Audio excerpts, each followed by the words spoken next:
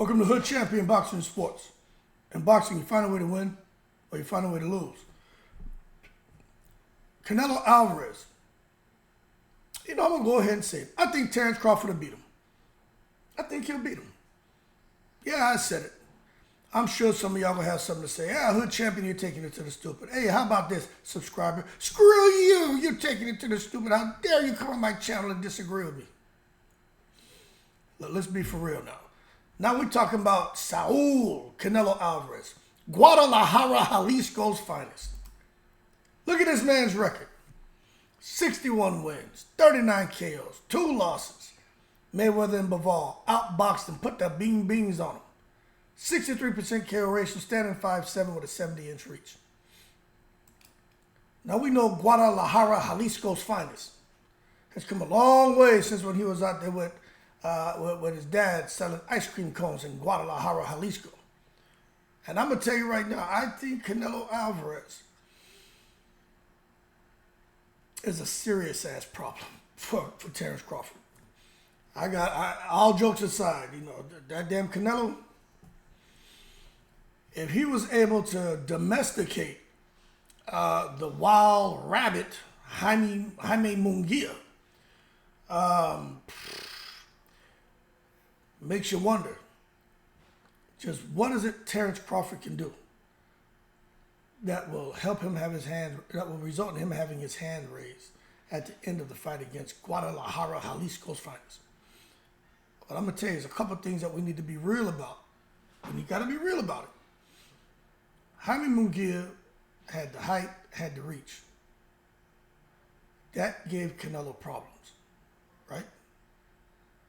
The jab, the combinations, the aggression, and when Canelo was moving back with that high guard, Munguia kept punching, and his shots were getting there. But the reach had a lot to do with it. But let me show you something now. Okay, now this is Guadalajara, Jalisco's finest. Look at that reach. Look at that reach. Let's just pay attention. He has a 70.5 inch reach, right? Okay, I'm gonna show y'all something here. This is why I think it's gonna be very, very interesting with Terence Crawford and Canelo Alvarez. Okay, I'm gonna show you something here. That reach of 70.5 inches, that is going to be the Canelo's downfall. All right, and I'm just being real with you, because you can't come in the ring now trying to fight Terence Crawford.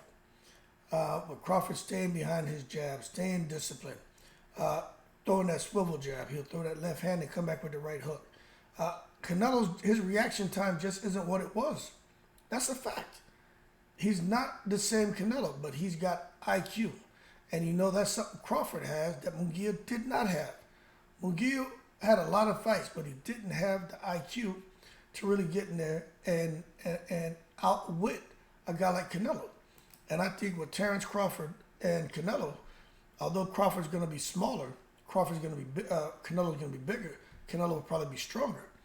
IQ for IQ. You're talking about another one of those chess matches, like what we saw with Crawford and Madrimov. But this ain't going to be so high speed for Canelo, because Canelo don't move that fast anymore, people. Really, Canelo is all about slipping, walking you down, countering you with big shots. 1, 2 at a time. He really doesn't unload. You know what I'm saying? The Canelo that fought James Kirkland, the Canelo that fought Angulo, the Canelo that fought Miguel Cotto, that guy doesn't exist anymore.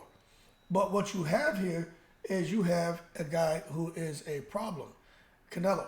Now, the thing is, when he gets in there with Crawford, 74-inch reach. You're talking about a 4-inch reach advantage for Crawford.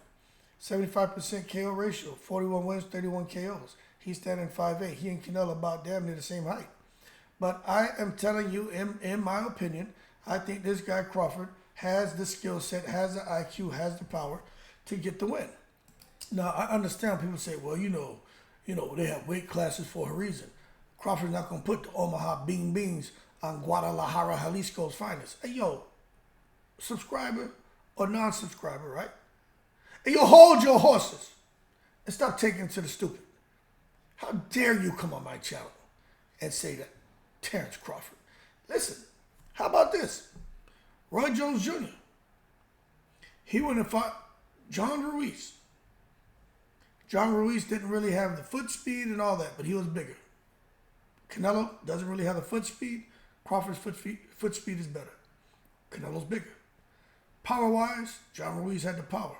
Roy Jones didn't. Canelo has the power. Terence Crawford doesn't. Compared to Canelo, I'm just going to say I think Canelo may hit harder. But Crawford got the power, but not like Canelo. I want to say that. But the angles, the boxing ability, the punching, I think Canelo's going to have a tough time. Doesn't mean Canelo's going to sit there and get knocked out. I just think Crawford showed us in this fight with Madrimov that he can box, he can control you with his jab, and he can move. Now, the thing is, Madrimov's herky-jerky movement, Canelo does not have that. Let's be real. What caused Crawford some problems in that fight? Because he was in every round, Crawford was in trouble. He had a problem in front of him every round. Crawford had to be on his A game, and he had to be turned on every second of every round against Madrimov to get that victory.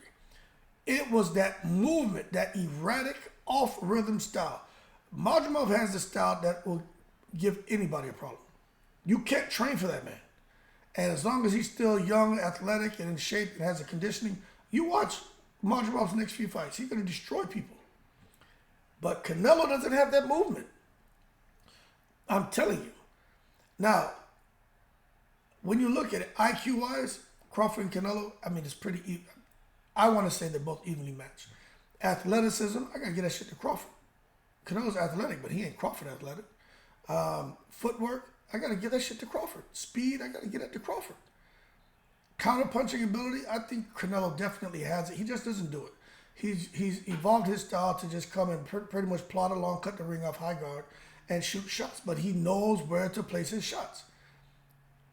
Now, Jermell Charlo and Canelo, I heard somebody say, well, Jermell Charlo and Canelo put the bing-bings on him. It's going to be the same with Crawford. Crawford and Charlo, you know, I like Charlo, but I just don't see Crawford going in there doing no shit like what Charlo did. I don't see it. I think Crawford rather get knocked out. He like, I'm going to fight him. He don't want to lose, but I can't see Crawford being okay with running, being a boxer runner like Shakur Stevenson just to get a victory. He'll try to box intelligently, but when Crawford gets in the ring, he wants to hurt you. Terence Crawford's mean. He wants to hurt you. He wants to try to knock you out. He wants to win, but he ain't stupid either. And you started with Madrimov. Crawford was stepping to him, but Madrimov was countering him, and he said, okay, fuck that.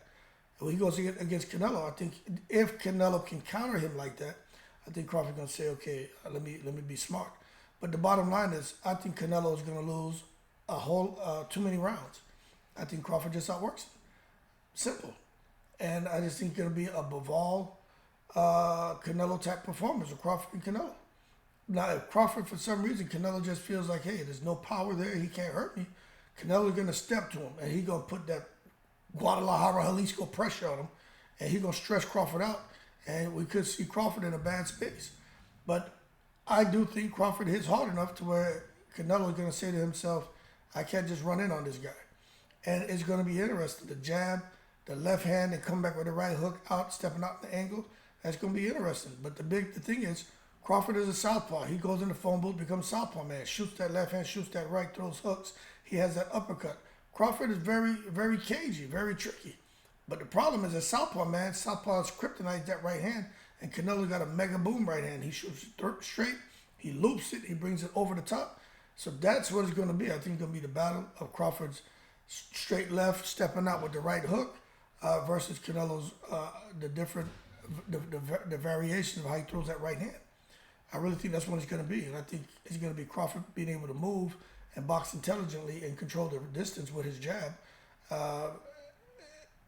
over the course of the fight versus Canelo really trying to cut that ring off with that high guard and put the bing-bings on him.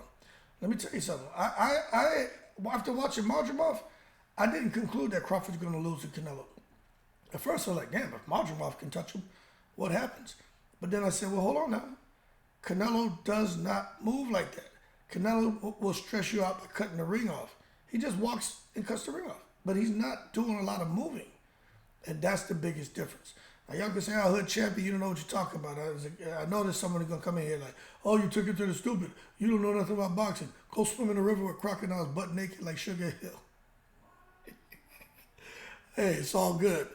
You can have your opinion just like I have mine. But, to that I say, in the most respectful way, is for you, viewer, to hold your horses and stop taking it to the goddamn stupid. I got Terence Crawford clipping Canelo.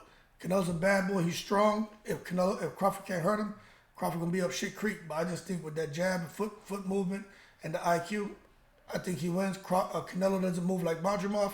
Crawford wins. Simple. In the breeze.